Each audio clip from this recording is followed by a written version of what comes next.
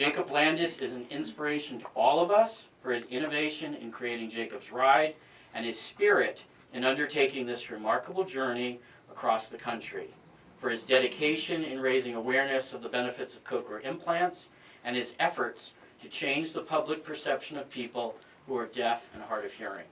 Jacob, we are honored to present you with the A.G. Bell Award of Distinction in recognition of your outstanding contributions to the field of listening and spoken language that have made a tremendous difference at both the local level in communities through the many children and adults that you have inspired, and nationally in shaping public perception of people who are deaf and hard of hearing and who listen and talk.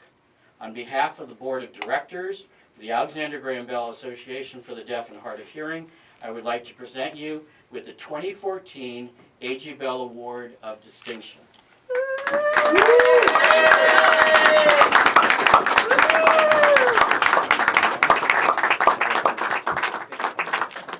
Thank you all so much for this honor, and thank you for being here tonight to be with me on this very special occasion.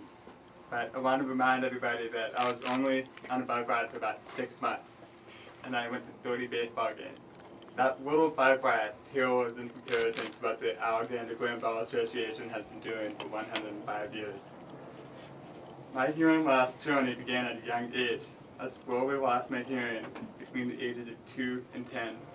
During that time, my parents, in a desperate and confusing time, actually came to this very building, to the Alexander Graham Bell Association, and asked for help. But in 1999, when I was 10 years old, I received a cochlear implant at Johns Hopkins University in Baltimore. And since then, even though there's still many challenges, I've been able to participate fully in the audible world. What brings me here today is I love baseball and I love to ride a bike. And last summer, I was able to chase both of these passions by riding my bicycle to all 30 Major League Baseball stadiums. We raised a lot of money and a lot of awareness for implants.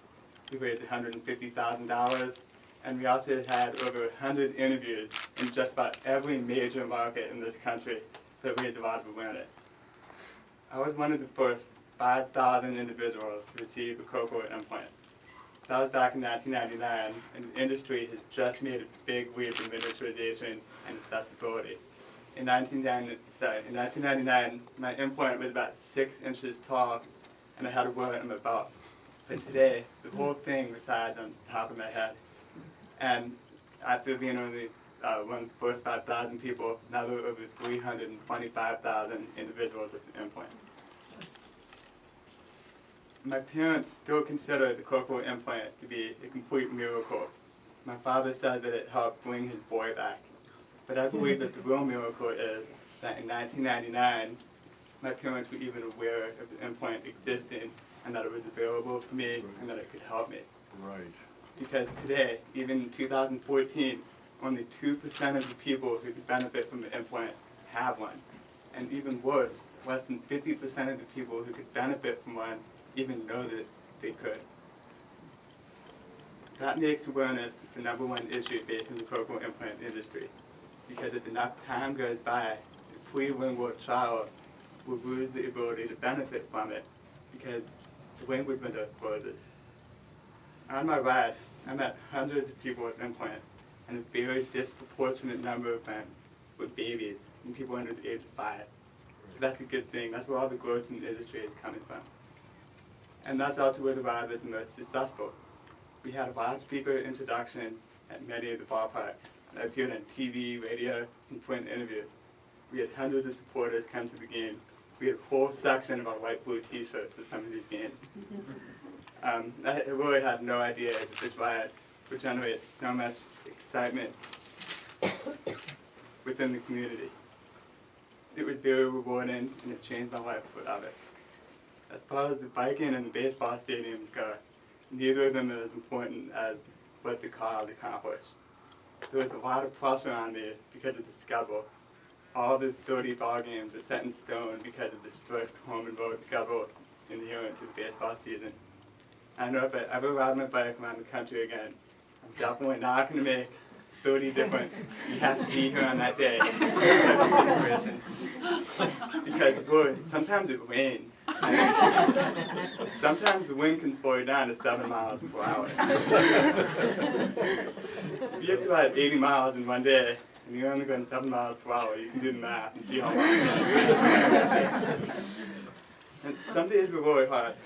After I crossed my first mountain range, the Appalachian Mountains in upstate New York, that really changed my life because I've never crossed a mountain range before. First time you do that, you'll be different. You'll be a different person. And then once I made it through the wind and the plains, which I had no idea how windy it could get every day. After I made it through the wind, the Rocky Mountains, all the rain in the Cascades, the desert in Arizona, and then back over the Rockies, back over the Appalachians, it was pretty easy after that. Florida is as flat as a pancake.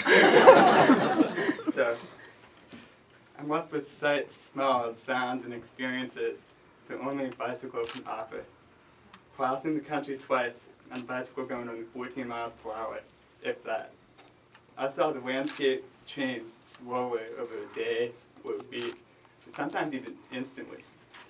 Just like I got through a big drop or a big climb, the whole landscape would just change just like that.